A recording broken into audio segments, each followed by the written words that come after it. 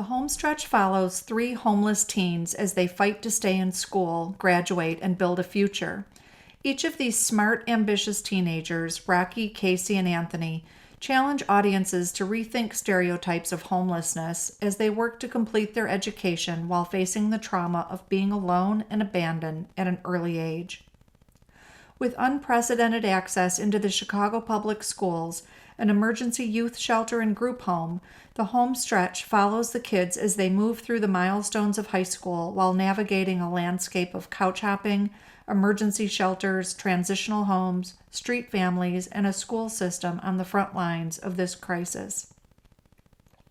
The film, a co-production between Spargle Productions and Cartemquin Films, examines the struggles these youth face in obtaining a high school level education and then follows them beyond graduation to focus on the crucial transition when the structure of school vanishes and homeless youth struggle to find the support and community they need to survive and be independent. The partnerships we developed were part of the campaign's ecosystem. Together, working towards a common cause, our campaign was enriched in ways that we never dreamt possible. We were able to amplify their voice, and they became our messenger with the audiences that we needed to engage. Sometimes we think of leverage as a one-way benefit, a tool to use for the purpose of personal gain. However, impact campaigns use leverage to obtain social goods, gains that benefit justice.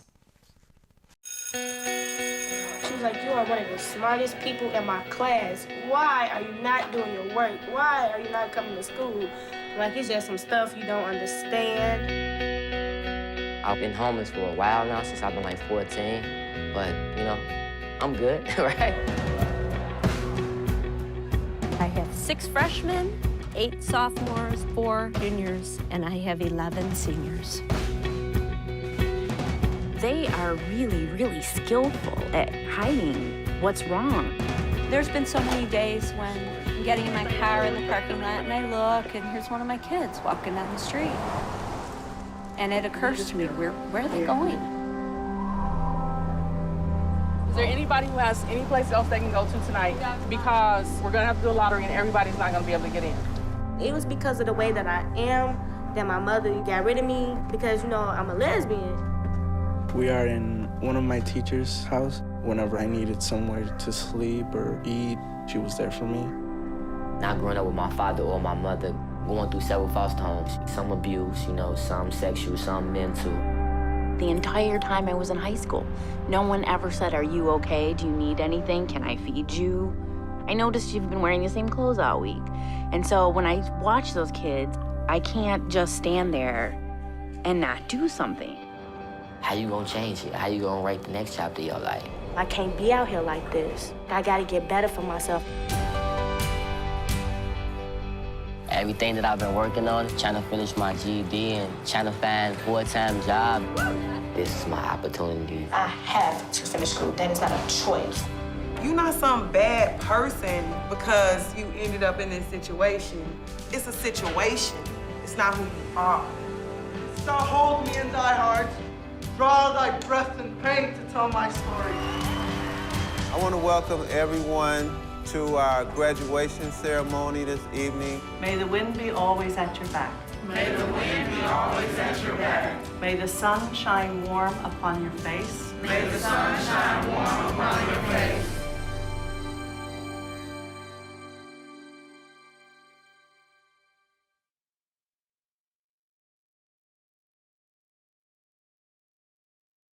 Our impact vision was a simple one. We wanted our film to serve as a tool for coalition building to improve access to shelter and education for young people. And the absolute key to our success was leveraging relationships that we had built over 2 years while the film was in production and after.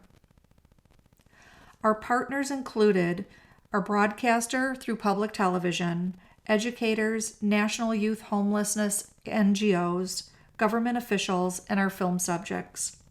From small community events to federal advocacy screenings, we worked with them on nearly all aspects of our campaign as panelists, advisors, reviewers, and collaborators. Some highlights include hosting screenings in the 48 cities with the largest population of youth homelessness per capita. And at many of those screenings, we helped organize poetry slams, panel discussions, StoryCorp experiences that allowed audience members to record their stories after a screening, clothing, backpack, and food drives. We raised nearly $250,000 for NGOs across the U.S. Another way that we leveraged our broadcast with our partners was to introduce them to our friends at the U.S. Department of Health and Human Services, who convinced them to delay the scheduled broadcast for 1 month so it could run during the 40th anniversary of the Federal Homeless Youth Act. Our NGOs took it one step further and worked with us to reach out to the local public television affiliates to tape community panels that were then broadcast after the film. Of course, we were completely amazed and humbled when the Homestretch received the 2015 News and Documentary Emmy Award. In addition to our planned activities, some opportunities presented themselves organically. For example, when coming to a town with the film, our NGO partners introduced us to kids and teachers and helped raise funds for them to come to the theater. After one of the screenings in Kansas City, a young man offered to work with us on a youth action campaign kit. When we mentioned it to one of our foundation partners, they introduced us to a wonderful organization, Facing History and Ourselves, who are educators that develop tools to help students learn about hatred and bigotry. Facing History and Ourselves were so excited about the idea that they donated their curriculum development services. Then we went back to some of the principals we met, and using the action kit, the schools organized youth-led screening summits. During the summits, students viewed the film and then used the action kit to work on projects designed to bring awareness and help to those kids in their own schools experiencing homelessness. They had backpack and food drives, they put up posters around their schools with information about how to get help, and one school even secured a donation of lockers that were specifically used for kids to store their clothes in to keep at school. The campaign also provided great opportunities for the film subjects to be recognized, validated, and celebrated. They definitely embraced opportunities for leadership, from speaking at conferences and panels, television appearances, through attending DC events. Casey appeared on multiple television news broadcasts, as well as received recognition from national LGBTQ organizations. So, we were coming to the end of the campaign, otherwise known as running out of money, but we knew our work was not complete. We had built this amazing coalition and came up with one last event that would require full mobilization of our partners. This is a bit wonky, so please bear with me. Most shelters for people experiencing homelessness are not set up for kids. Unfortunately, funding for services for youth are not prioritized because the federal definition of homelessness requires that a person prove that they have been continuously homeless for over 12 months. However, when young people are homeless, they can't stay in adult shelters, so they couch surf, sleep in abandoned houses, under bridges, and rain tunnels. Because of the way that the policy language was written, specifically the language about provable homelessness, organizations serving youth were dramatically underfunded. Our NGO partners had been working to change this language for years. With our coalition of policymakers, service providers, advocates, and broadcaster, we pulled together an event that we called Screen Truth to Power. Our mission was simple.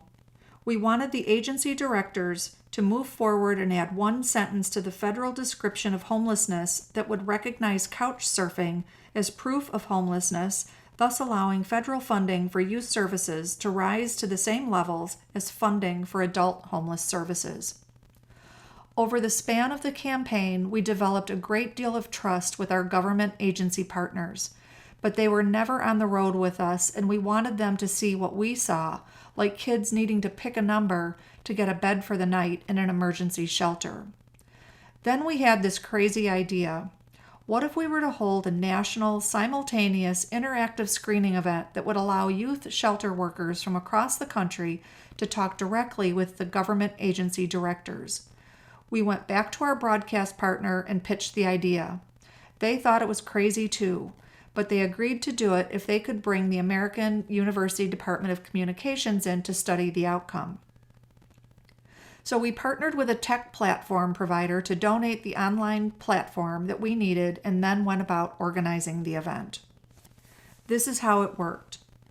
We secured a small theater in Washington, D.C., where we held the small broadcasted event that included a panel of all the presidential appointed agency heads that provide funding for homeless programs, housing, health, education, substance abuse, and mental health.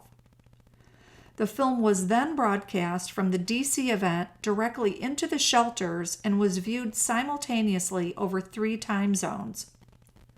When the film was finished, the event went live and the shelter workers joined the feed so they were able to talk to the panelists directly through the platform. The questions were sent to the moderator in D.C., who then asked the panelists questions.